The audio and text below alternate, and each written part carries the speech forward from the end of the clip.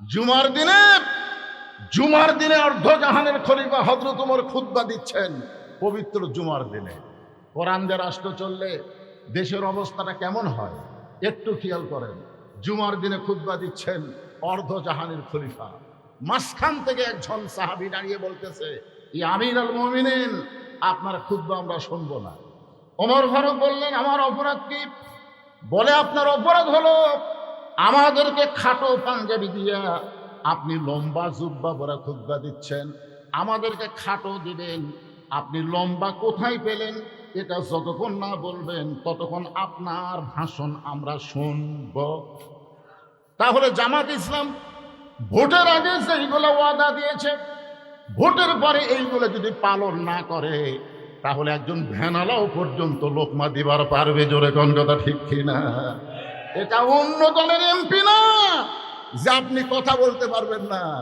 সাধারণ একজন মুসল্লি মাঝখান থেকে দাঁড়িয়ে বলতেছে, আমাদেরকে খাটো পাঞ্জাবি দিয়ে আপনি লম্বা জুব্বা পরে খুতবা দিবেন, এই লম্বা জুব্বা কোথায় পাইলেন? যতক্ষণ না বলবেন আপনার ভাষণ শুনবো না।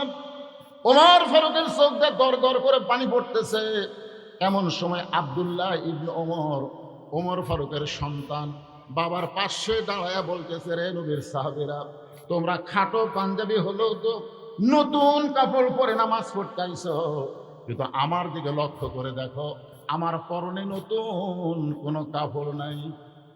তোমরা খাটো হলেও তো নতুন করে আইছো, কিন্তু আমার দিকে লক্ষ্য করে দেখো, আমার পরনে নতুন কোনো কাপড় নাই। সঙ্গে সঙ্গে ওসমান গনি দাঁড়িয়ে গেলেন, কারণ ওমর ফারুক যখন মদিনার খলিফা ছিলেন ওই সময় অর্থমন্ত্রী হলেন ওসমান গনি। দরকার না সুবহানাল্লাহ। ওমর ফারুক যখন মদিনার খলিফা ছিলেন ওই সময় অর্থমন্ত্রীর নাম কি? ওমর ফারুক যখন মদিনার খলিফা ছিলেন ওই সময় শিক্ষামন্ত্রী হলেন হযরত আলী। দরকার সুবহানাল্লাহ। আল্লাহর বান্দারা একটু মনোযোগ দিয়ে শুনবেন। আব্দুল্লাহ ইবনে ওমরকে অর্থমন্ত্রী ওসমান বলতেছে, আজকে জুমার দিনে তুমি নতুন পোশাক না পরে পুরাতন পোশাক পরছো কেন? আব্দুল্লাহ বলতেছে, আমি যদি আজকে নতুন পাঞ্জাবি পরতাম তাহলে আমার বাবার জুব্বা লম্বা হতো না। সুবহানাল্লাহ বললেন, আমি যদি আজকে নতুন কাপড় পরতাম আমার বাবার জুব্বা লম্বা হতো না। রে নবীর সাহাবীরা শোনো, যেদিন থেকে আমার বাবা মদিনার খলিফার দায়িত্ব পাইছে সেদিন থেকে আমি আব্দুল্লাহ আমার বাবার চাইতে নরম কোনো মানুষ দেখি নাই। যেদিন থেকে খলিফার দায়িত্ব পাইছে সেদিন থেকে আমার বাবার চাইতে কোনো নরম মানুষ দেখি নাই। অথচ আমরা সবাই জানি নবীর সাহাবীদের মধ্যে সবচাইতে গরম কে? আল্লাহ রাসূল বলেছেন, আমার 4 জন সাহাবী 1 নম্বর, 4টা সাহাবী 1 নম্বর।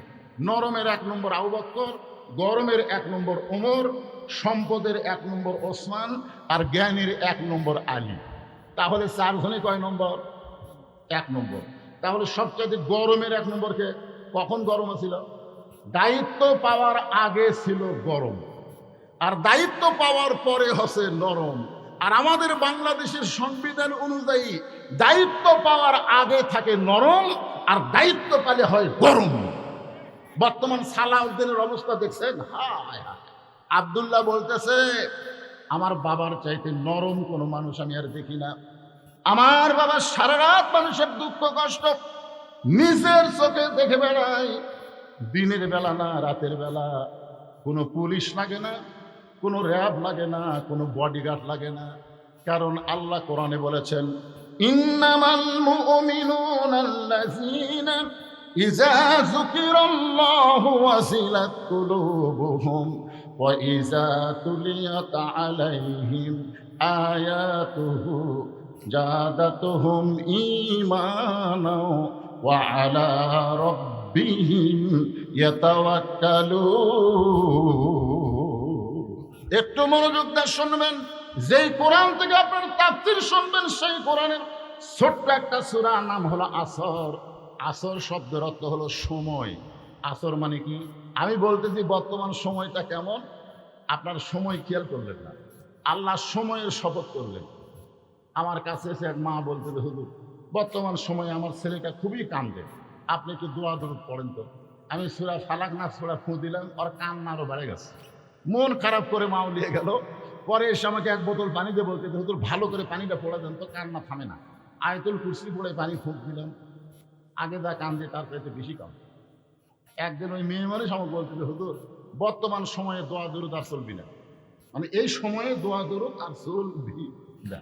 কিছুদিন পরে দেখা হয়ে বললাম, মা তোমার সন্তানের খবর কি? আর কান্দে। তো কোন দোয়াই ভালো হলো? বলে দোয়া লাগবে কেন হুজুর, যখনই কান্দে তখনই মোবাইল চালু করে দিই, আর কান্দে না। তাহলে বর্তমান সময়ে সন্তানের কান্না থামে মোবাইল চালু করে দিলে সময়ের গুরুত্ব আছে না নাই? এই বর্তমান সময় আল্লাহ তো বলেছেন ওয়াল আসর, সময়ের শপথ। এটা কোন সময়? এটা সব সময়কে লক্ষ্য করে আল্লাহ কোরআন নাজিল করেছেন, কোনো এক সময়ের জন্য না, সব সময়ের জন্য। ধরে কোন কথা ঠিক না? যেই কোরআনে আল্লাহ বললেন ওয়া নুনাজ্জিলু মিনাল কুরআনি মা হুয়া শিফাউ ওয়া রাহমাতুল লিল মুমিনিন। এর বাংলা স্লোগান আছে। স্লোগানটা আল্লাহ আকবার তো সবাই কর পারবেন না, পারবেন না। যে কোরআনের আয়াত শুনে সবাই তোর হুজুরা তোর কি হলো রে, তোর কি ঘাটতি। সূরা আসর থেকে আলোচনা হবে বর্তমান বাংলাদেশের প্রেক্ষাপটকে সামনে নিয়ে। আমার মা বোনদের জন্য কিছু ওয়াজ করা লাগবেই, কারণ আব্দুর রাজ্জাক ভাইয়ের ওয়াজ আমি আশাহীন শুনতেছি, ভাইও খুব একটা করেনি। এই রুহুল আমিন সাহেব তো করেনি, ওরা খালি আজ দিনই বসে আছে এতক্ষণ ধরে।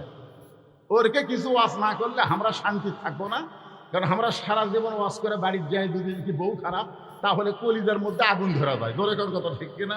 আর এত কষ্ট করার পরে ঘরে যদি যায়, যদি বউ ভালো, আমাকে কলিজার যেন জান্নাতের একটা পরশ লাগে গেল। ধরে কোন কথা ঠিক কিনা? মরদ মানুষের শান্তি কিন্তু বাইরে না, পুরুষের শান্তি হলো ভিতরে, ঘরের মধ্যে। কিন্তু আমরা তো ঘরের মধ্যে শান্তি পাচ্ছি না। এই জন্যে ঘরে যেন শান্তি থাকে, সেইটাকে সামনে নিয়ে আমার মা বোনদের কিছু ওয়াজ করা দরকার আছে না নাই? দরকার আছে নাই? এই সূরা আসরের মধ্যে আছে, অসুবিধা। একটু মনোযোগ দিয়ে শোনেন। সময়ের শপথ করে আল্লাহ বলতেছেন ইন্নাল ইনসানা লাফি খুসর। ইন্না মানে নিশ্চয়, ইনসান মানে মানুষ, লাফি মানে ভিতরে, খুসরুন মানে ক্ষতি। নিশ্চয়ই মানুষগুলো ক্ষতির ভিতরে। এই মানুষের মধ্যে পুরুষ মানুষ, নারী আছে না নাই? মানুষ হলো পুরুষ এবং নারীর সমন্বয়। কিন্তু বর্তমানে বাংলাদেশে আর একটা মানুষ আমরা দেখতে পাই, যে মানুষটা হলো হিজড়া মানুষ। ধরে কোন কি মানুষ? হিজড়া মানুষ। এখানে মানুষ পুরুষ এবং নারী ধরা খাসি, এই দুটো বলা মাত্রই বগুড়া শেরপুর থেকে আমার একজন সিরিজ বলতে, হুজুর মানুষ যদি পুরুষ আর নারী হয় তাহলে আমরা কি?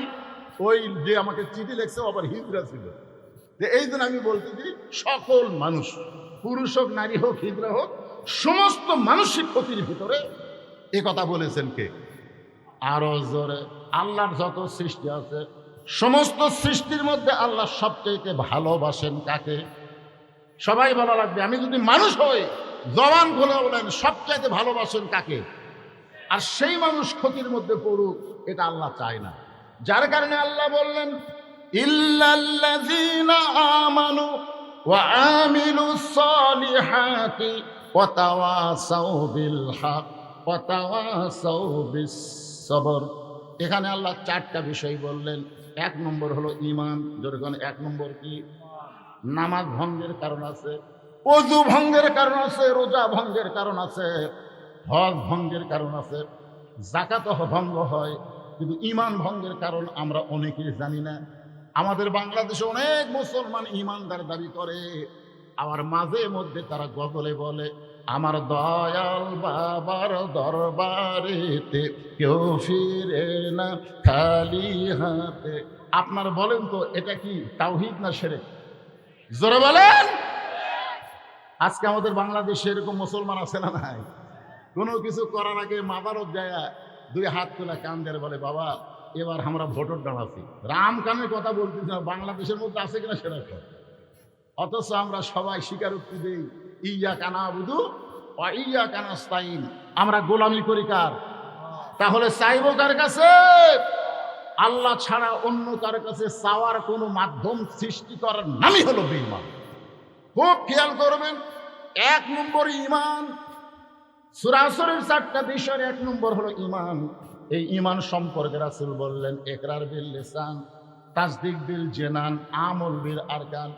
এই পর্যন্ত থাকবে ইকরার বিল লিসান। আমার দিকে তাকায় দেখেন, এই যে মুখ, এই মুখ থেকে এই পর্যন্ত লা ইলাহা ইল্লাল্লাহ, লা ইলাহা ইল্লাল্লাহ, লা ইলাহা ইল্লাল্লাহ, এটা হলো ইকরার বিল লিসান। কিন্তু এখান থেকে এই মুখ থেকে টানে, আমার দিকে দেখেন টানে, এই জায়গা টানে, এই জায়গাতে না এইরকম ভাবে দিকে ভোটক একটা মারছেন সিল, এইভাবে একটা ছাপ্পড় মারে, এমন ভাবে তাসদিক বিল জানান, কলিজার মধ্যে ইমানটা রাখতে হবে। তখন তার কাছে, ওই ব্যক্তির কাছে জীবনের চাইতে ইমানের দাম অনেক বেশি হবে। সেই লোকটা চিৎকার করে বলবে, জীবন বাঁচান ফরজ না, ইমান বাঁচান ফরজ। আপনাদের কাছে কোনটা ফরজ, ইমান না জীবন? কথা কয়। আপনি যতই চেষ্টা করেন, আপনি যতই চেষ্টা করেন, আপনি জীবন বাঁচাবার পারবেন না। করেন চেষ্টা, দেখেন আমাদের মরহুমা বেগম খালেদা জিয়ার জন্য কি কম চেষ্টা হলো? কত চেষ্টা করা হলো। এমন কোন বক্তা বাংলাদেশে নাই যে বেগম খালেদা জিয়ার সুস্থতার জন্য, হায়াতের জন্য দোয়া করেন। এত দোয়া, এত চিকিৎসা, তারপরেও মরা লাগলো। তার মানে বোঝা গেল চেষ্টা করে বাঁচা যায় না, তবে একটু চেষ্টা করলে ইমানকে বাঁচানো যায়। আমরা যদি একটু চেষ্টা করি আজকে, তাহলে আমরা ইমান নিয়ে কবরে যেতে পারবো, ইমান নিয়ে আমরা মরতে পারবো ইনশাআল্লাহ। তাহলে ইমান নিয়ে যদি আমরা কবরে যাবার চাই, ইমান নিয়ে যদি মরতে চাই, আল্লাহ রাসূল বললেন আমল বিল আরকান, ইমান অনুযায়ী আমাদেরকে আমল করা লাগবে। এখন ইমান অনুযায়ী আমল করতে গেলে 1 নম্বর, যে আমল না করলে ইমান থাকে না, সে আমলটার নামই হলো সালাত। আমরা যাকে বলি নামাজ। যেই সালাত, যেই নামাজ আদায় না করলে ইমান থাকে না। লা সালাত আলা ইমানা, যার নামাজ নাই তার ইমান নাই। এখানে আপনারা যত মানুষ বসে আছেন, আপনাদেরকে আমি মন খারাপের জন্য বলতেছি, কারা কারা ঈশান নামাজ না পড়ে আওয়াজ শুনতেছেন, হাত তুলবারও বলবো না, শুধু নিজের বিবেকে। এই বিবেক যে আদালত, সবচেয়ে বড় আদালত নাম কি? কারণ আমার ওয়াজ কি রাসূলের ওয়াজের চাইতে দামি? নবুয়তের 10ম বৎসরে আল্লাহর নবী 5 ওয়াক্ত নামাজ পাইছে। মনোযোগ দিয়ে শোনেন, নবুয়তের 10ম বৎসরে নবী 5 ওয়াক্ত নামাজ পাইছে। এরপরেও নবী 3 বছর মক্কায় ছিলেন। 3 বছর নামাজ 5 ওয়াক্ত পাওয়ার পরে নবী কয় বছর ছিলেন? 3 বছর ছিলেন। কোরআনে যেখানে আল্লাহ নামাজের কথা বলেছেন, সেখানেই বলেছেন আকিমুস সালাত, নামাজ কায়েম করুন, নামাজ কায়েম করুন। নবী একদিন আল্লাহকে বললেন, আল্লাহ আপনি তো নামাজ কায়েমের কথা বলেন, কিন্তু মক্কাতে বর্তমানে যেই পরিবেশ আছে, এই পরিবেশে তো নামাজ চোরের মতন পড়া যায়, কিন্তু নামাজ তো কায়েম করা যাচ্ছে না। বর্তমানে বাংলাদেশের নামাজ পড়া যায়, বাপ পড়ে বেটা পড়ে না।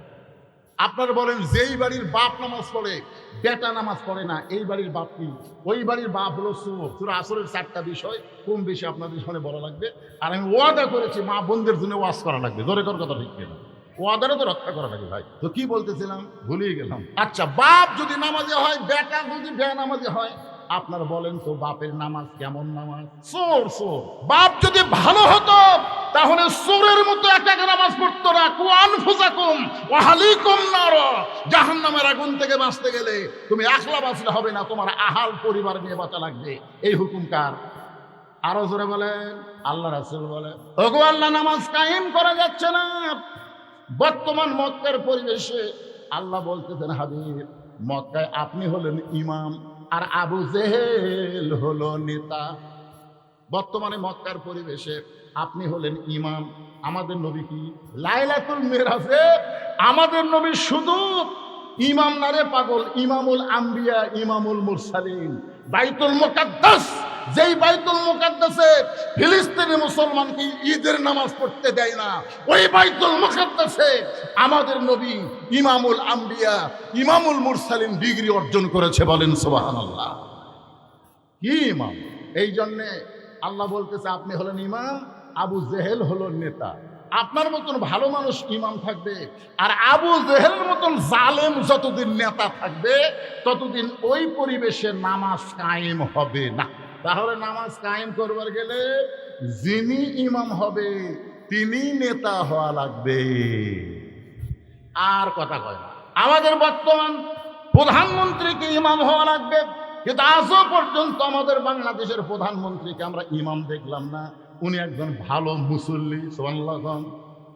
আমাদের স্পিকার সাহেব একজন ভালো মুসলমান, নামাজের সময় হয়ে গেলে বিল উত্থাপন করতে চাইছে, সঙ্গে সঙ্গে স্পিকার বলে দিয়েছে আগে নামাজ তারপরে বিল উত্থাপন। ধরে কোন কথা ঠিক কিনা?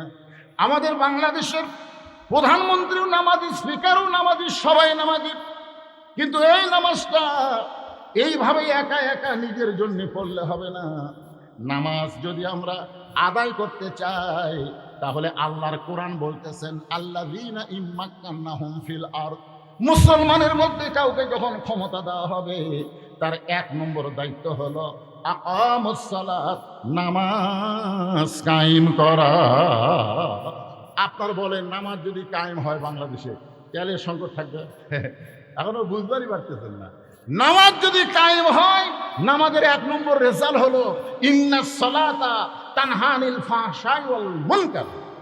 একমাত্র নামাজই পারে মানুষকে যাবতীয় অন্যায় অশ্লীলতা থেকে হেফাজত করে রাখতে। ধরে কোন কথা ঠিক কিনা? কে রে, তোর জীবনে তুই 100-150 টাকার উপর তেল খেলে না, এমন মোটর সাইকেল আছে 200 টাকার উপর 5 বছরে তেল খেলিনি, উনি এখন ট্যাঙ্কি ফুল কিনতেছে। তোর নিয়ত কি? আপনি ভালো, এই মোটর সাইকেল যারা চালায় এরাও তলে তলে সিন্ডিকেট করতেছে। ধরে কোন কথা কন না কেন ভাইজান, কথা কন না কেন? নামাজ বন্ধ করে, খাওয়া বন্ধ করে তেল কিনতেছে। এই নামাজ যদি কায়েম হয়ে যায়, আল্লাহ কোরআনে বলেছেন ফালিয়াবুদু রব্ব হাযাল বাইত আল্লাযী আত'আমাহুম মিন জু'ইন ওয়া আমানাহুম মিন খাউফ।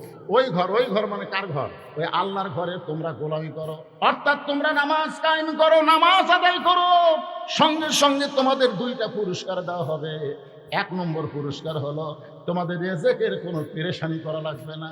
আলুর দাম কত, পেঁয়াজের দাম কত, ধানের দাম কম না বেশি, এইগুলো নিয়ে তোমাদের কোনো টেনশন করা লাগবে না, তোমাদের কোনো টেনশন করা লাগবে না। কারণ সমস্ত রেজেকের একমাত্র মালিককে। ওমা মিন দাব্বাতিন ফিল আরদি ইল্লা আলাল্লাহি রিজকুহা। আপনার বলেন তো, আমরা যে বিদেশ থেকে তেল নিয়ে আসি, আমাদের বাংলাদেশে কি তেলের খনি আছে না নাই? শুধুমাত্র আমাদের বগুড়া জেলায়, আমি ফেসবুকে ওইটা পোস্ট করেছি, আপনারা দেখবেন আমার আইডিতে গিয়ে, আমাদের বগুড়া জেলায় মাটির তলে এত তেল আছে, এত তেল আছে, এশিয়া মহাদেশের মধ্যে এত বড় তেলের খনি নাই। যেই তেলের খনি আমরা উত্তোলন করলে আমরা বাংলাদেশের মানুষ শুধু স্বয়ংসম্পন্ন হব না, সৌদি আরবের মতন আমরা বিদেশেও তেল রপ্তানি করতে পারবো। তাহলে আমাদের বাংলাদেশের মাটির তলে পাথরের খনি আছে, কয়লার খনি আছে, তেলের খনি আছে, গ্যাসের খনি আছে, সব খনি আছে, কিন্তু কত খনি এত নিচে, এত মাটির নিচে, ওই খনি সম্পদ তুলবার গেলে আমাদের যত টাকা খরচ হবে তত টাকা আমরা আয় করতে পারবো না। কিন্তু যখনই আমরা নামাজ কায়েম করব, তখন ওই নিচের খনিটা আল্লাহ তাআলা উপরে উঠায় দিবে, কি বলের পানির মতন আমাদের তেল বের হবে। কথা কন না কারবার, আল্লাহ পারে কি পারে না? জরগান পারে কি পারে না? মুরব্বী যারা আছে, মুরব্বী 90 বছর বয়স, শোনা দেখবেন আগে সৌদি আরবে হজ করবার গেলে হাজিদের কাছে সৌদি আরবের লোকেরা আনা গারিবন আনা গরিবন ফকিরুন বলে টাকা নিত। আজকে আর এত সম্পদশালী কারণ কাই জানেন? একটাই কারণ, আজান হয়ে গেলে সৌদি আরবে আর কোনো বান্দরামি করা যাবে না, নামাজ আদায় করাই লাগবে। ধরে কোন কথা ঠিক কিনা? আমাদের বাংলাদেশের পুরুষ মানুষ যারা আমরা এখানে বসে আছি, আমাদের 1 নম্বর নেক আমল হলো আমিলুস সালিহাত। সূরা আসরের 2 নম্বর বিষয়, 1 নম্বর হলো নামাজ। নামাজ ছাড়া আমাদের বিকল্প কোনো আমল নাই, নামাজ দিয়েই আমাদের সব কিছু আল্লাহ সংশোধন করে দিবে। কিন্তু আমার মা বোনেরা যারা পর্দার অন্তরালে বসে আছেন, আমার মা বোনদের জন্য 1 নম্বর কিন্তু নামাজ না, আমার মা বোনদের 1 নম্বর নেক আমলের নাম হলো পর্দা। ধরে বলেন নাম কি? আমিলুস সালিহাত। কতগুলো মেয়ে মানুষ মা ফাতেমার দরজার দাঁড়িয়ে আছে, কতগুলো মেয়ে মানুষ মা ফাতেমার দরজার দাঁড়িয়ে আছে, কারণ তারা ফাতেমার সঙ্গে দেখা করবে, কারণ তারা শুনেছে সাইয়্যিদাতুন নিসা আহলিল জান্নাহ ফাতেমাতু জোহরা, ফাতেমা হবে জান্নাতি নারীদের নেত্রী। বলেন সুবহানাল্লাহ। তো মেয়েরা চিন্তা করতেছে, যেই মেয়েটা জান্নাতি নারীদের নেত্রী হবে সেই মেয়েটা দেখতে কেমন, এই দেখার জন্য পুরুষ মানুষ না, মেয়েরা এসে ফাতেমার দরজায় দাঁড়িয়ে আছে। ইতিমধ্যে মেয়েরা দেখে একটা ছোট্ট বাচ্চার সামনে দৌড়াদৌড়ি করে। একজন মেয়ে ছেলেটাকে ডাক দিয়ে বলতেছে, বাবু তোমার নাম কি? বলে, আমার নাম হলো হোসাইন ইবনে আলী। যেই বলছে আমার নাম হলো হোসাইন ইবনে আলী, তখন মেয়েরা বুঝবার পারছে এটা তো ফাতেমারই সন্তান হবে। তখন কাছে ডেকে বলতেছে, বাবু আমরা একটু তোমার মায়ের সঙ্গে দেখা করবার চাই, তুমি কি পারবে তোমার মায়ের সঙ্গে আমাদের দেখা করাতে? তো হোসেন বলতেছে, ইনশাল্লাহ পারবো, ইনশাল্লাহ পারবো। কারণ মেয়েরা আমার মায়ের সাথে দেখা করবে, আমার মাও এত কি হলো যে মেয়েদের সাথে দেখা করবে না, ছোট বাচ্চা তো। এই বলে হোসেন রাদিয়াল্লাহু খেলা বাদ দিয়া মারছে দৌড়, ঘরের মধ্যে দৌড় মারছে। কিন্তু ফাতেমা যে ঘরে থাকে সেই ঘর কিন্তু সামনের ঘর না, প্রত্যেকটা মেয়েদেরকে থাকতে হবে অন্দরমহলে। ধরে বলেন কোথায়? আমার দিকে খেয়াল করে, অন্দরমহলে। একবার ইমাম গাজ্জালিকে, আমার মা বোনদেরকে লক্ষ্য করে কথা বলতেছি, আপনারা খেয়াল করে শুনতেছেন। ইমাম গাজ্জালি এমন একজন দার্শনিক ছিলেন, তাকে তার ছাত্ররা প্রশ্ন করলো, হুজুর মা বোনদের অন্দরমহল মানে কি? ইমাম গাজ্জালি রহমতুল্লাহ আলাই বললেন, কবর। সমস্ত ছাত্র বলে, কবরের সাথে অন্দরমহলের তুলনা করলেন কেন? ইমাম গাজ্জালি বলেন, একজন মহিলা মারা গেলে সেই মহিলার লাশ ধরে যারা কবরে নামাতে পারবে না, তারা অন্দরমহলেও ঢুকতে পারবে না। আপনার বলেন তো, একটা মেয়ে মানুষ মারা গেলে সেই মহিলার লাশ কি সবাই ধরতে পারে? কারা কারা ধরতে পারে? যারা যারা ধরে কবরে নামাতে পারবে একমাত্র তারাই অন্দরমহলে প্রবেশ করবে। অন্য কোনো পুরুষ পাইকারি হারে মেয়েদের অন্দরমহলে প্রবেশ করতে পারবে না। অকর্ণা ফি বুয়ুতিকুন্না ওয়ালা তাবাররাজনা তাবাররুজাল জাহিলিয়াতিল উলা। আমার কথা কি বুঝতে পারলেন? আপনারাই বোঝা লাগবে তো, মেয়েরা কি বুঝবে? কারণ আপনি যদি পুরুষ মানুষ ঠিক না হন, বাড়ির মহিলা কোনোদিনও ভালো হতে পারবে না। ধরে কোন কথা ঠিক কিনা? আগে পুরুষ ঠিক হওয়া লাগবে। তো হোসাইন খেলাধুলা বাদ দিয়ে দৌড়ে গেছে মায়ের ঘরের দরজায়।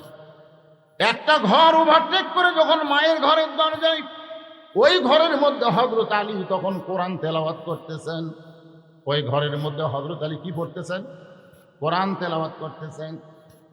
কোরআন তেলাওয়াত করতে করতে হযরত আলী যখন থেকে হোসাইন তার মায়ের দরজায়, সঙ্গে সঙ্গে কোরআন তেলাওয়াত বাদ দিয়ে বলে, হোসাইন একটু খেয়াল করেন, আপনি যত ইবাদতকারী হন না কেন, আপনার সন্তান সন্ততি কি করতেছে ওদিকে খেয়াল করার দরকার আছে না নাই? আপনি নামাজ পড়েন, রোজা করেন, আপনি হাজি সাহেব, কিন্তু আপনার সন্তানগুলো কি করতেছে আপনি একটু খেয়াল করবেন না?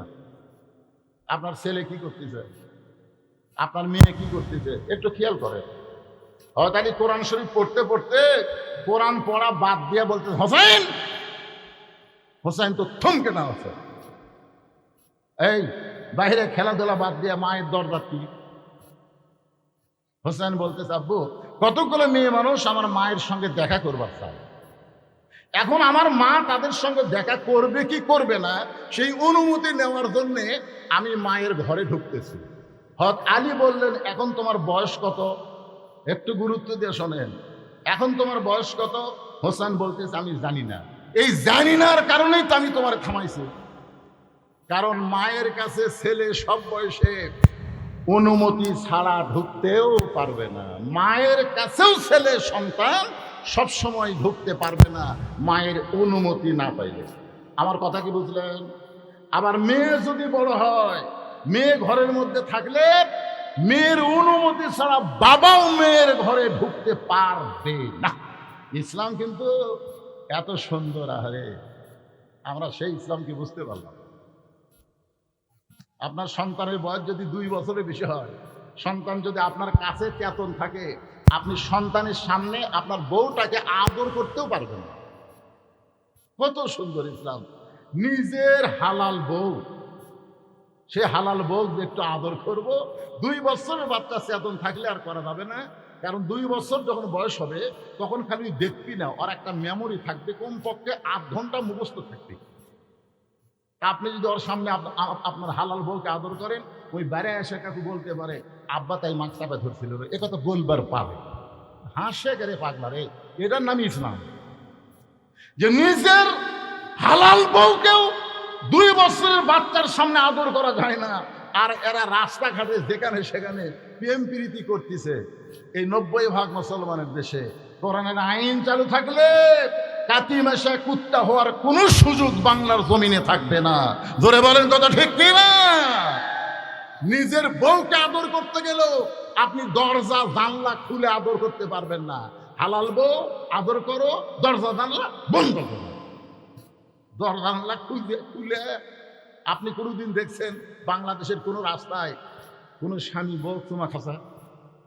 কথা কর না কেন? চুমা যদি খাবার চাই চলো যাই, বাড়ির যে আগে চালু হলে করে দেখেন নিজের বউ চুমা খামো কেউ নাই। এখন হোক আরে এই শালারা পার্কে টার্কে যেখানে সেখানে মনে হয় কাতিমাশা কুত্তে জোড়া লেগে আছে। যান রাজশাহী যান, দেখেন আল্লাহর কোরআনের রাষ্ট্র চালু হলে এইগুলো ধৃষ্টতা বাংলার জমিনে থাকবে না। আজকে আপনারও এখানে কোরআনের মাহফিলের পাশে একটা মেলা করছেন, চুরি পট্টি ফিতা পট্টি পর্যন্ত লাগাচ্ছেন। ধরে কথা কর না কেন? কথা কর না কেন? এটা কি জন্য? আপনারা তো সবই ত্যাগ করছেন। আগে এক সময় এখানে গান বাজনা হতো, সেই গান বাজনা বাতিল করে দিয়ে আপনারা কোরআনের তাফসির মাহফিল করতেছেন। যদি এতটুকু ঈমান আপনাদের বাড়ে গান বাজনা বাতিল করে তাফসির করা, তাহলে এখানে শুধু খাওয়া দাওয়ার মেলা হবে, কোনো কসমেটিকের মেলা এখানে বসা যাবে না। ধরে গান কথা হচ্ছে না, ইচ্ছা করলেই পারবে। 10 টাকার জিনিস এই সালার 100 টাকা আছে, মানে ফালতু জিনিস। মুখত দিলে মুখ আরো কালো হবে, বরুণ দিয়ে মুখ ভরে দেবে। এখন ওরা তো আমার উপর খেপে দেবে, দেখ খেপে, অসুবিধা। আমার মায়েরা পর্দার অন্তরে একটু মনোযোগ দেন। হযরত আলী বললেন, হোসাইন বর্তমানে তোমার যে বয়সটা হয়েছে, এই বয়সে তুমি যখন তখন মায়ের কাছে যাইতে পারবা না, বরং তুমি আমার কাছে আসো। হযরত আলী হোসাইনকে কাছে ডাইকে বললেন, ধরো। এ আমার দিকে তাকায় দেখেন, ধরো। যেই বলছে ধরো, সঙ্গে সঙ্গে হোসাইন বললেন, দেন। সুবহানাল্লাহ করেন না? বাবা সন্তানকে বলতেছে ধরো, কি ধরো? আর সঙ্গে সঙ্গে হোসেন বলতেছে দেন। কেমন ভাবে সন্তান তৈরি করেছে! সন্তানকে কোরআন দেওয়ার সঙ্গে সঙ্গে সন্তান হাত বাড়ায় দেয়।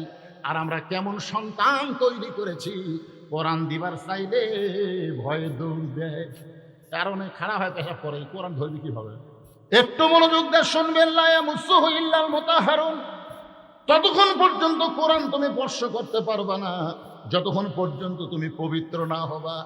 যেই কোরআন ধরতে গেলে পবিত্র হতে হয়, সেই কোরআন দিয়ে যদি রাষ্ট্র চলে, সেই রাষ্ট্রটা কেমন হবে একবার বাংলার জনগণ দেখার দরকার আছে না? আব্দুল্লাহ বলতে, সবাই যখন ঘুমাইছে আমি তখন চুপি চুপি বাবার ঘরের দিকে যাই। বাবার ঘরের দিকে যাই, দেখি আমার মা বাড়ির দরজায়। আমি মাকে বললাম, মা আপনি দরজায় কেন দাঁড়িয়ে আছেন? আব্দুল্লাহর মা বলতেছে, বাবা তুই জানিস না, যেদিন থেকে তোমার বাবা মদিনার খলিফার দায়িত্ব পাইছে, সেদিন থেকে তোমার বাবা আর রাত্রেবেলা ঘুমায় না, বরং সারা রাত মানুষের দুঃখ কষ্ট দেখে বেড়া। আল্লাহর কোরআন দিয়ে রাষ্ট্র চললে ডাক্তার আব্দুল বারী কেমন মানুষ, আশেপাশে এমপি আছে তারা কেমন, একটু পরখ করলেই দেখতে পাবেন। হযরত ওমর রাতের অন্ধকারে চোরের মতন একা একা ঘুরতেছে।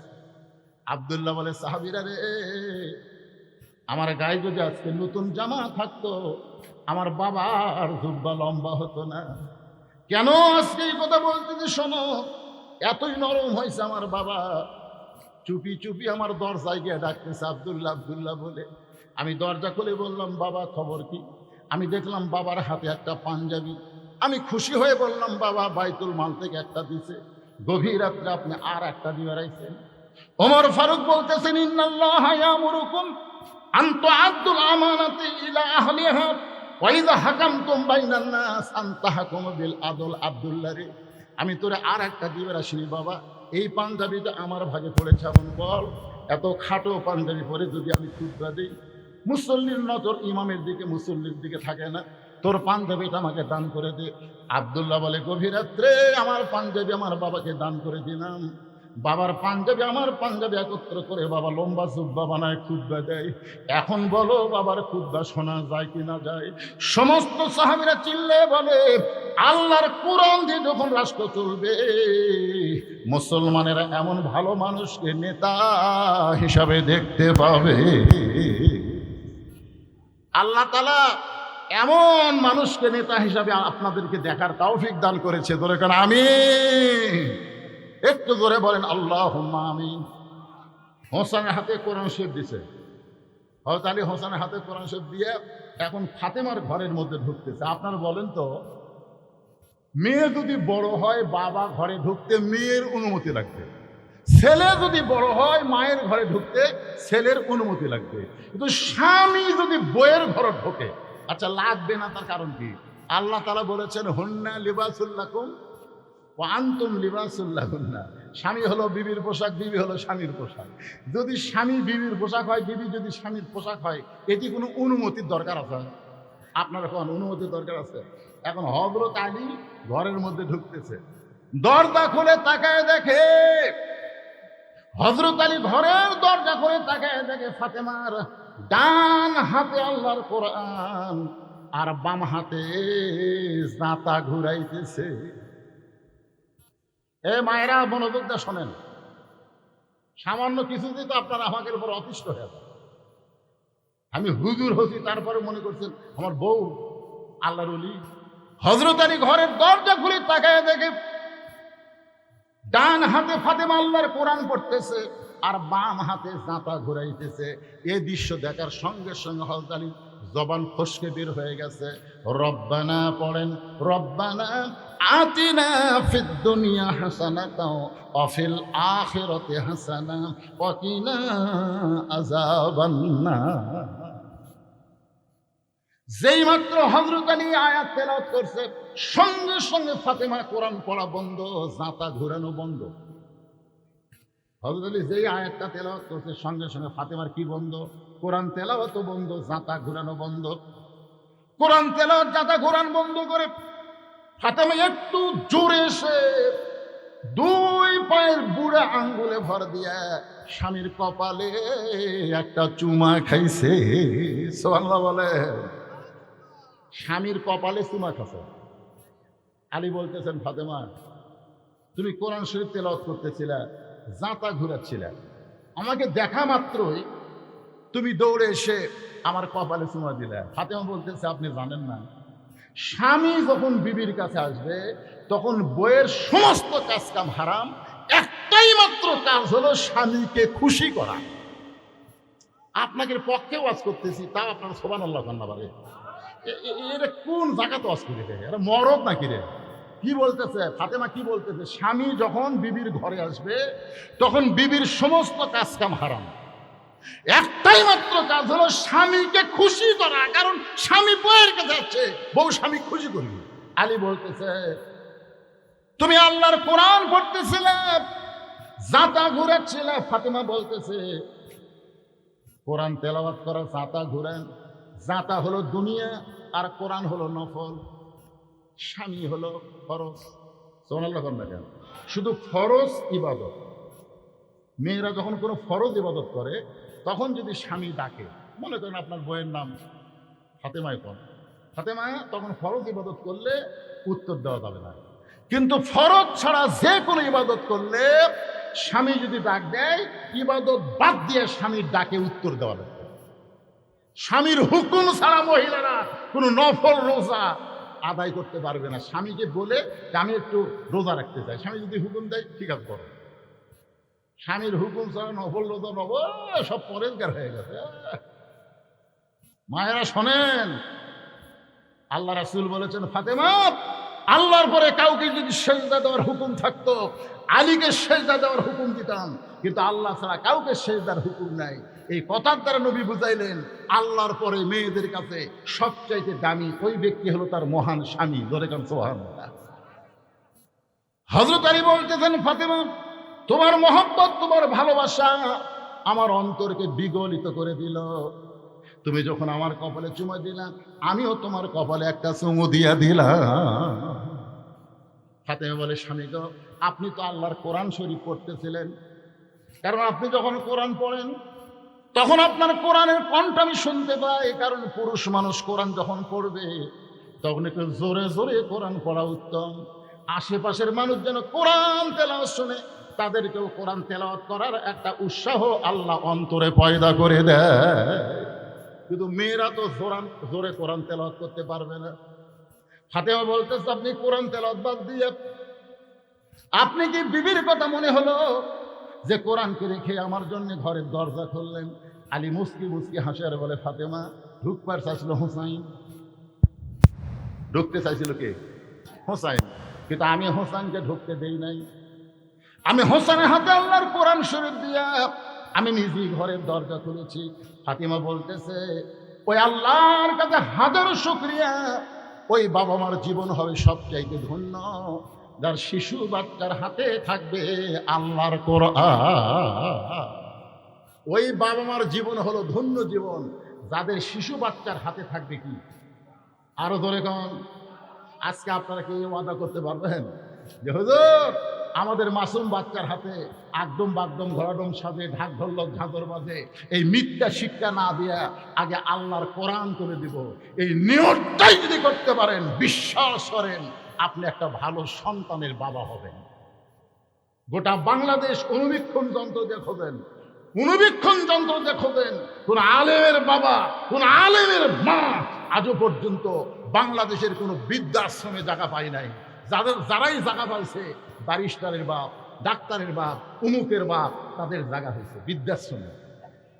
কারণ আলেমের বউ টেলটি বেল্টি করে পারবে না। আমার মনে আছে সোমবার দিন আমার শ্বশুর আসবে, শনিবার থেকে আমার বউ কান গরম করে দিচ্ছে, আগামী সোমবারে আব্বা আসবে। আমি বলে, আসবে তো কি হয়েছে? আমার বাবা দেশি মুরগি খায়, আলহামদুলিল্লাহ।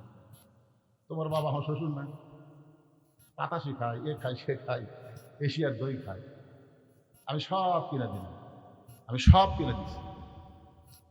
আমার সোমবার দিন যখন আমার শ্বশুরকে আমার বউ খিলাচ্ছে, দিকে বউ আইটেম তরকারি, আমার শ্বশুর জোর করে দিবার চাই। আমার শ্বশুর বলে, এই জমিতে আসি না, কিন্তু একটা মানুষ এত খাবার পারে। আর আমার বউ খেলে আর এক টুকরা খান আব্বা, আর এক টুকরা খান। আমার কলিজা খুশি হয়ে যায়। আসলে মেয়েরা যে বাপকে এত ভালোবাসে, আমি খুশি হয়ে বইয়ের জন্য দোয়া করলাম, যা তোর ভাগ্য ভালো, একটা আলেমের সাথে তোর বিয়ে হচ্ছে। আলেমের সাথে বিয়ে হলে খেলা বুঝতে। কিন্তু ভাই কিছুদিন পর দেখি আমার বাবা সামনে বিস্কুট দিচ্ছে, আমি একটু দূরে থেকে দেখতেছি বাবা বিস্কুট খায়, আর কিছুক্ষণ পরে এই লোক মুখের মধ্যে ঢুকে। আমার বাবা, আমার ওই বউ, ওর বাপও কতগুলো দিছে, আর আমার বাপের খালি বিস্কুট দিছে। কিন্তু বিস্কুট খায় আর দাঁতের সাথে মনে লাগে যায়, এটা আবার লোক দেখিলেও করে। আমি কাছে যাই বললাম, আব্দু আসসালাম আলাইকুম। বলে, এই তুই কি ভালো বিস্কুট কিনিস না কেরে? যতবার আসে তোর বউ এরকম বিস্কুট দেয়, খালি দাঁতের সাথে লাগে যায়। আমি একটা বিস্কুট মুকুট দিয়ে দেখি, বিস্কুটটা লেস্টে গেছে, মানে ওর মেয়াদ শেষ। এখন আপনি চিন্তা করেন, আপনি চিন্তা করেন এই সময় আপনি কি আমল করবেন? আল্লাহ যে বলছেন, লিয়াবলুয়াকুম আইয়ুকুম আহসানু আমালা, তোমাকে সুন্দর আমলের পরীক্ষা করা হবে। তোমার বইয়ের বাপের এত খাওয়া, আর তোমার নিজের জন্ম দাও বাপের সামনে 10টা বিস্কুট, তোমার কি করার কিছুই নাই? এই মরদগুলো সজাগ হন। আপনার শাশুড়ি আছে, আপনি বইয়ের সামনে বউ খুশি করার জন্য বলতেছেন, আম্মা আমি বাজারত যাব, আপনি ডাব খাবেন না গ্লুকোজ খাবেন আম্মা? বউ তখন বলতেছে, আমার মাও দুটাই খায়। ওই এখন বলতেন, ঠিক আছে আমার জন্য ডাব গ্লুকোজ দুটাই আনবো। ব্যাগ লেবারে হচ্ছে, দরজাত মা খাড়া হয়ে আছে, মায়ের দিকে শয়তান তাকাই না, মাথা নিচু করে হাঁটে যাচ্ছে। মা বলতেছে, বাবা 2টা দিন হলে তোর সোনার মুখ দেখিনি রে, শুধু মুখ দেখার জন্য দরজা খাড়াই আছে। আমি বলছি তোর ঘরত যাই, তোর বউ রাগ করে বলবো আমার মা দেনি সেটিবে।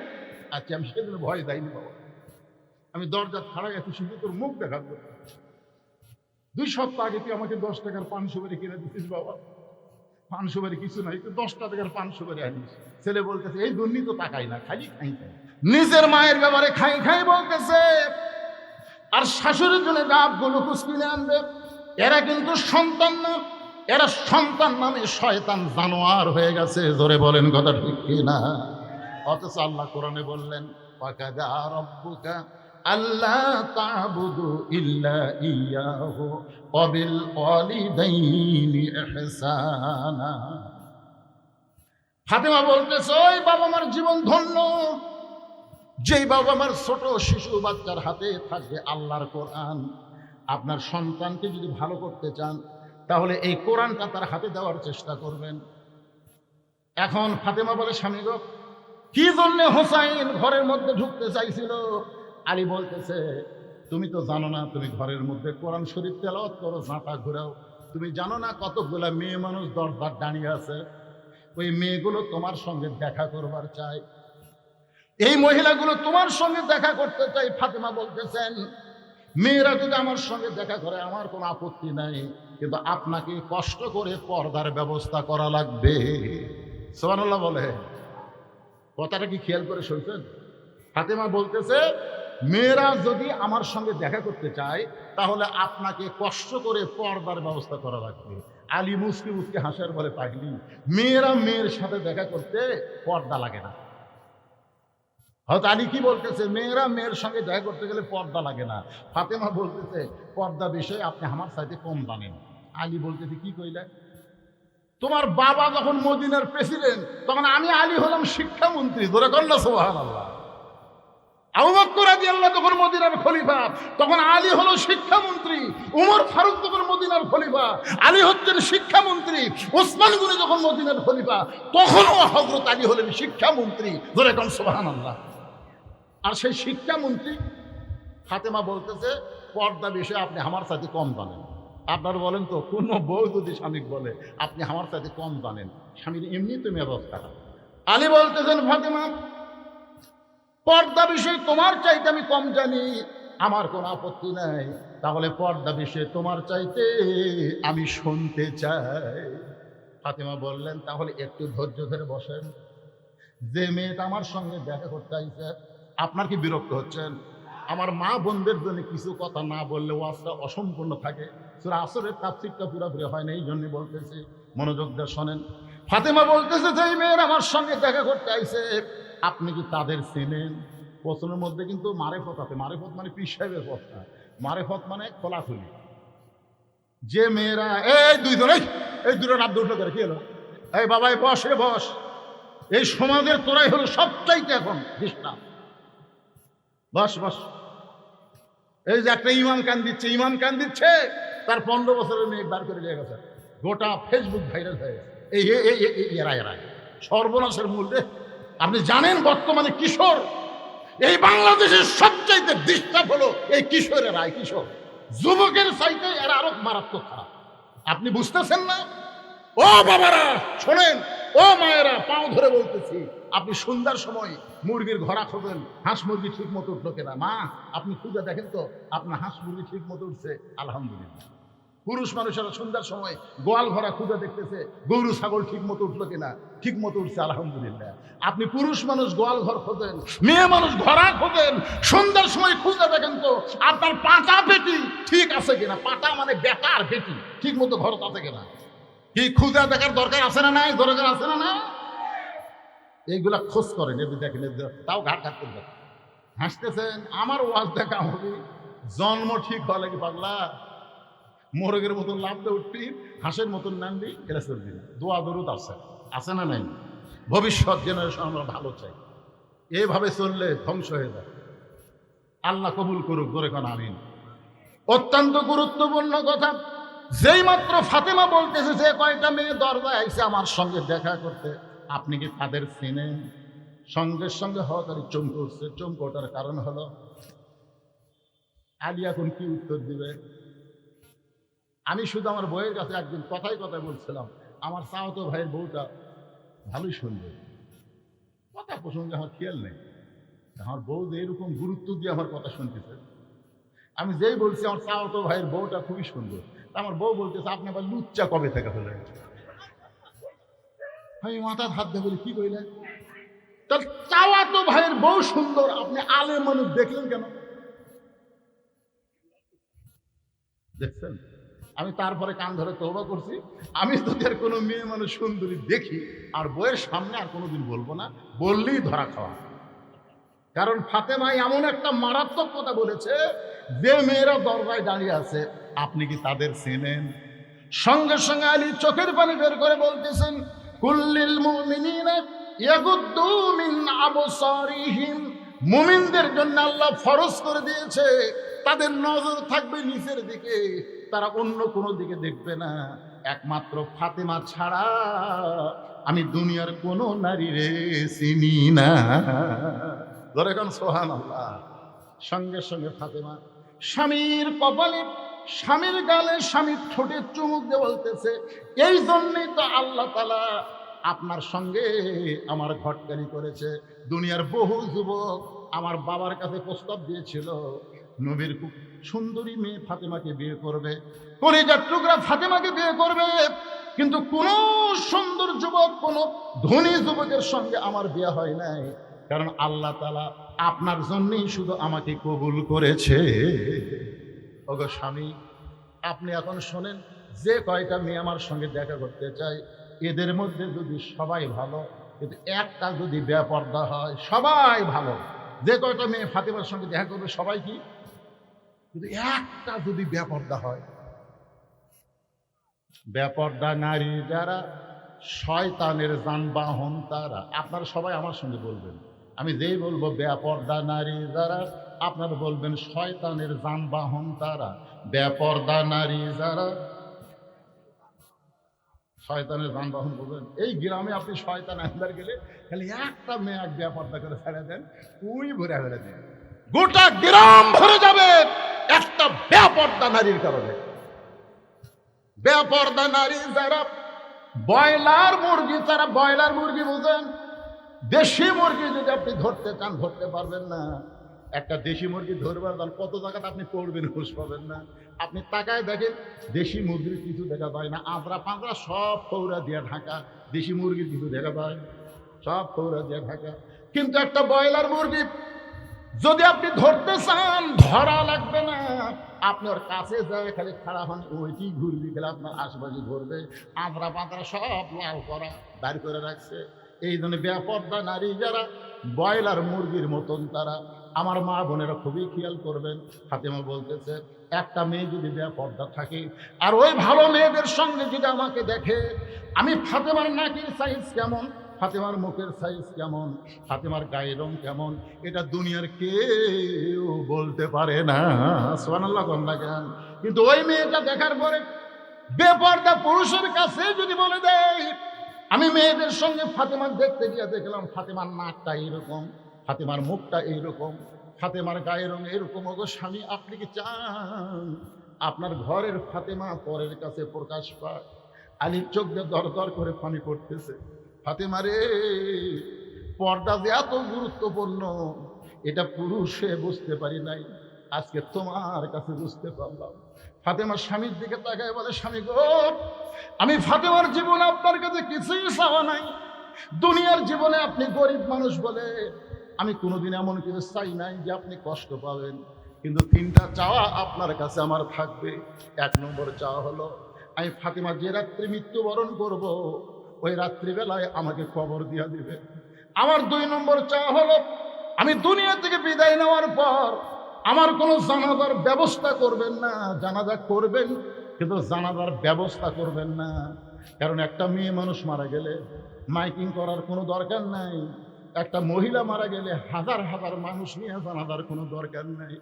জানাজা দোয়া করবেন, কারণ একজন মহিলার হাজার হাজার মানুষের কাছে ভালো হওয়া লাগবে না, শুধু একজন মানুষের কাছে ভালো হলেই আল্লাহ তার জন্য জান্নাতের দরজা খুলে দিবে। সেই মানুষটা হলো তার স্বামী। ফাতেমা বলতেছে, আমি দুনিয়া থেকে বিদায় নেওয়ার পর লাশটা খাটনিতে তুলবেন না, আমাকে দাফন করবেন গোপন করে। এমন পর্দানিশী ফাতেমা ছিল, যারা হজ করেছেন, এখানে যারা হাজী সাহেব আছেন, তারা সবাই বিশ্বাস করে ফাতেমার কবর হলো জান্নাতুল বাকির ভিতরে, আর মা খাদিজার কবর হলো জান্নাতুল মাওয়ার ভিতরে। মা খাদিজার কবর সবাই জিয়ারত করতে পারে, কিন্তু মা ফাতেমার কবর কেউ জিয়ারত করতে পারে না, কারণ মা ফাতেমা যখন দুনিয়া থেকে বিদায় নিছে তখন পর্দার আইন ছিল, পর্দার বিধান জারি হয়েছিল। কিন্তু মা খাদিজা যখন বিদায় নিয়েছে তখন পর্দার বিধান ছিল না। এই জন্য মা ফাতিজার সময় কিন্তু পর্দা ছিল না। আমির হামজা একটা ওয়াজ করছিল, এটা নিয়ে কিন্তু খুবই সমালোচনা হয়েছিল, ঠিক কিনা বলেন? মা খাদিজা পর্দা করে নাই, মা ফাতিজা এক ওয়াক্ত নামাজ পড়ে নাই, মা খাদিজা একটা রোজাও করে নাই, হজও করে নাই, এরপরও আল্লাহ তাকে সালাম দিছে। সুবহানাল্লাহ কন্যা জ্ঞান অনেকে বোঝে নাই, আমির হামদার সমালোচনা করেছে, কারণ ওই সময় এইগুলো বিধান আল্লাহ তাআলা জারি করে নাই। মা খাদিজা দুনিয়া থেকে বিদায় নেওয়ার পরে পর্দার বিধান আল্লাহ চালু করেছে। এই জন্য জান্নাতুল বাকির কোন জায়গায় মা ফাতেমার কবর দুনিয়ার কেউ বলতে পারে না। এমনকি হযরত আলী পর্যন্ত দাফন করার পর আল্লাহর কাছে যখন বলল, আল্লাহ আমি দুনিয়াতে ফাতেমারে শান্তি দিবার পারিনি, পর্দা নিষে দিয়ে গেলাম তোমার কাছে, তুমি তার পর্দা কবুল করো। তাকায় দেখে সামনে কয়েকটা পুরাতন কবর দেখা যায়। এইমাত্র ফাতেমার কবর দিল, সেই নতুন কবর আর নাই। গোটা জান্নাতুল বাকি দৌড়ার বলে ফাতেমার কবর, ফাতেমার কবর। কে যেন বলে, আলী রে, ফাতেমা পর্দা নিশি জোহরা ডিগ্রি দিয়া তার কবরটাকে কিয়ামত পর্যন্ত পর্দা করে দিয়েছি। ওয়া আমিরুস সালিহাত, পুরুষের জন্য 1 নম্বর হলো নেক আমল, হলো নামাজ, আর নারীদের জন্য হলো পর্দা। এখন 3 নম্বর বিষয় হলো অতাওয়াসাউ বিল হক। সূরা আসরের 3 নম্বর বিষয় হলো হক কথা বলা লাগবে, হক পথে চলতে হবে। হকের কথা বলতে গেলে প্রয়োজনে ফাঁসির মঞ্চেও যদি যাওয়া লাগে, মীর কাসিম আলীর মতন ফাঁসি গ্রহণ করা লাগবে। ধরে কোন কথা ঠিক কিনা? উকিল এসে বলতে, স্যার রাত 12টায় আজকে আপনার ফাঁসি হবে, রাত 12টায় আজকেই ফাঁসি হবে। মীর কাসিম আলী মুস্কি মুস্কি হাসার বলে, ঘড়ি তো আমার কাছে নাই, এখন কয়টা বাজে? তবে এখন 9:30 বাজতেছে। মীর কাসিম আলী মুস্কি মুস্কি হাসার কয়, এখন 2.5 ঘন্টা খামাখা বসে থেকে লাভ কি? 2 ঘন্টা ঘুম পাড়ি, 8 ঘন্টাকে আমার ডাক দিয়ে যদি সে এত না পায়। উকিল কয়, মাথা খারাপ নাকি? রাত 12টায় ফাঁসি হবি, তাই বলে আবার 2 ঘন্টা ঘুম পাড়বি? চেতন না ফেলে ডাক দেওয়া লাগবে। উকিল মনে করতে পাগলা হয়ে গেছে। যাই হোক, উকিল রাত 12:30 পরে থেকে নাক দেখা ঘুম পাড়তেছে, নাক দেখা ঘুম পাড়তেছে। হকের কথা বলবো 5 মিনিট, আর 4 নম্বর বিষয় সবই সবর, আর 5 মিনিট, 10টা মিনিট কি থাকা যাবে? বিরক্ত হচ্ছেন? এ ভাই আপনারা বিরক্ত হবেন? 10টা মিনিট খুব বেশি হলে আর 10 মিনিট, একটু ওয়াজ শুরু করতে দেরি হচ্ছে, যার কারণে আপনাদের আমি নিয়তই করছিলাম যে 12টার মধ্যে শেষ করে দেব। তো এখন সূরা আসরের 2টা পয়েন্ট একটু হক জিনিসটা বোঝেন। হক কি? এই কোরআন শরীফকে কি বলা হয়েছে? কুল জাল হক ওয়া যাহাকাল বাতিল ইন্নাল বাতিলা কানা যাহুকা। 8 ঘন্টা পরেই তার ফাঁসি হবে। বলতেছে আলহামদুলিল্লাহ, ওযু করে 2 রাকাত নামাজ পড়ে সূরা মুলক আর মুজাম্মিল তেলাওয়াত করে সুন্দর একটা পাঞ্জাবি ফাঁসি কন্ডম সেলের মধ্যে ছিল, ওই পাঞ্জাবিটা পরে মাথার চুল আঁচড়ায়া মীর কাসিম আলী উকিলকে বলতে, দেখো তো আমাকে কেমন লাগতেছে। উকিল বলতে, স্যার এখন আপনার ফাঁসি হবে, আপনি কি শ্বশুর বাড়ি যাবেন? আপনি কেমন লাগতেছে কেন বলতেছেন? মীর কাসিম আলী বলে, উকিল ফাঁসি হবে আমার, আর তুমি কেন কাঁদতেছো?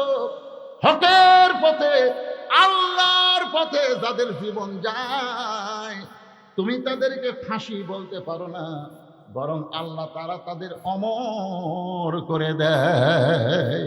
ওয়ালা তাকুলু লিমান ইউকতালু ফি সাবিলিল্লাহি আমওয়াতুন বাল আহইয়াউ ওয়ালাকিন লা তাশউরুন। সবাই বলে আল্লাহু আকবার। কোন জায়গাতে বাঘ মারার লোকের তো এত দুর্বল না?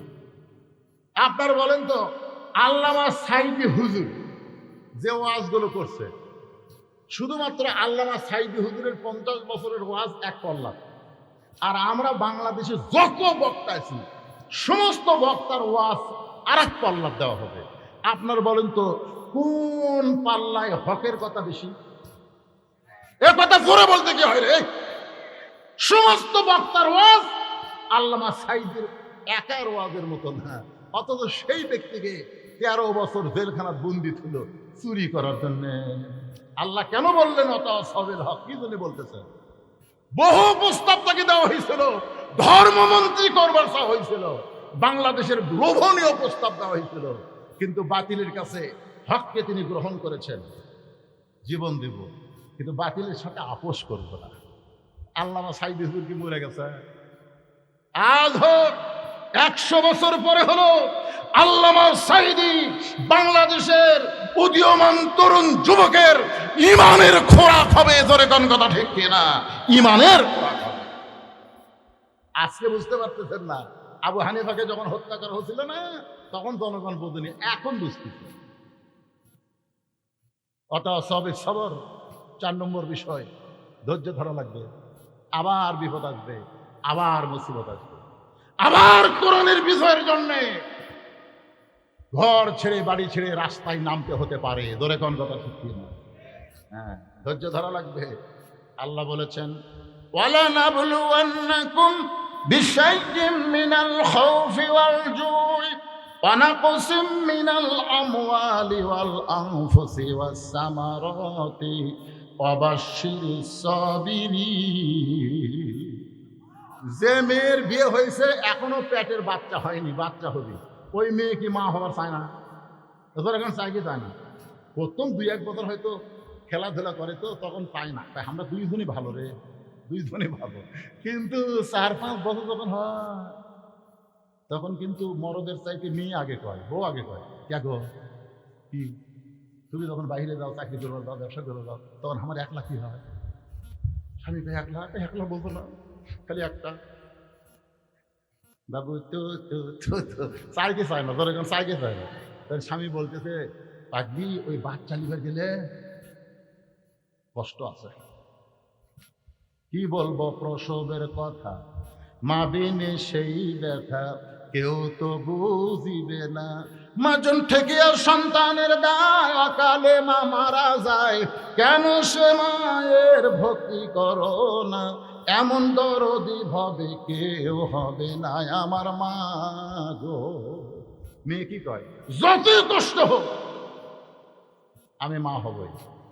মাশাআল্লাহ, পেটে বাচ্চা আছে, এখন প্রসব ব্যথা শুরু হবে। যেই প্রসব ব্যথা বোঝেনি, আবেগের চোটে তো বহু কিছুই করছে।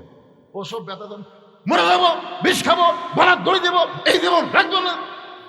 দাদি নানি দৌড়াচ্ছে, কে পাগলি কি কর, দাদি আর নানি দুই বুড়িও ধাক্কা ধাক্কা ঘরের মধ্যে, চুপ, তোর পায়ের তলে সন্তানের জান্নাত। কি আর কি মারতেছে? সন্তানের জান্নাত পায়ের তলে, কষ্ট স্বীকার করবি না, এমনি মা হবি। ঘরের মধ্যে জোর করে শোয়াই দিয়া ঠান্ডা পানির মধ্যে নরম কাপড় চুবড়ায় কপালে দিচ্ছে, আর বলতেছে, অতাওয়াসাও বিশ্বর, অতাওয়াসাও বিশ্বর, ধৈর্য ধর, ধৈর্য ধর, ধৈর্য ধর। দেখি খুবই কষ্ট হচ্ছে, ধৈর্য ধর। যখন বাচ্চা একে আর মুখের কাছে এসে গেছে, ঢাকটি বলতেছে, চোখটি বিধি ঢাকটি ধরতেছে, দাই মা চোখটি। আর এক বলতেছে, ধৈর্য ধর। চিল্লাচিল্লি করলে রাস্তাতে মানুষ যাচ্ছে, এরা কবি ওই বাড়ি একটা মেয়ে মানুষ মা হবার জায়গা চিল্লালো, ভাই গোটা পাড়ার লোক জানলো, তোর শরম নেয়, দাঁতের ওপর দাঁত দে। দাদি নানি বুঝে দাঁতের উপরে দাঁত দিতে করতেছে, কষ্ট আর কষ্ট। এমন সময় ধাত্রী বাচ্চা টেনে বের করেছে, বাচ্চা ম্যা ম্যা বলে কান্না শুনেছে, একটু মা বেহুশ হয়ে পড়ে গেছে। বাচ্চাটারে গোসল করায় ওই বাচ্চাটা একসময় এনে যখন মায়ের বুকে দেয়, মা বাচ্চার শরীরের পরশে হুঁশটা ফিরে পায়। যেই হুঁশ ফিরে পাইছে, তখন মা রক্ত মাখা দেহ নিয়ে ওই বাচ্চাকে বুকের উপরে নিয়ে জিব্বা বের করে বাচ্চার মুখে চুমা খায়, বাচ্চার গালে চুমা খায়। দাদি নানি তিরস্কার করে বলে, একে লাঠি মারে ফেলে দে, এর জন্যই গোলা ধরে দিবার চাইলি, এর জন্যই বিষ খাবার চাইলি, এরা আদর কেন করতেছিস, কেন চুমো খাচ্ছিস? মা তখন বলে, দাদি কষ্টের পরে এত শান্তি এটা আমি আগে বুঝি নাই, কষ্টের পরে এত শান্তি এটা আগে বুঝি নাই। যেই সন্তানকে বুকে নিয়েছি, আমার অতীতের সব ব্যথা আমি ভুলে গিয়েছি। আমাদের বাংলাদেশের মুসলমান, মান সাল্লাল্লাহু তাআলা আশ-শাহাদাতা বিসিদিকিন বাল্লাগাহুল্লাহু মানাজিলাশ শুহাদা ওয়া ইম্মাতা আলা ফিরাশিহি, রাওয়াহুল বুখারী কিতাবুল মাগাজি। কষ্টের পরে যেমন সন্তান পাইলে মা সব কথা ভুলে যায়। আমরা অতীতে 17.5 বছর কষ্ট করেছি, এখনো যদি আমাদের কোরআন বিজয়ের জন্য কষ্ট করতে হয় আমরা কষ্ট করতে রাজি আছি।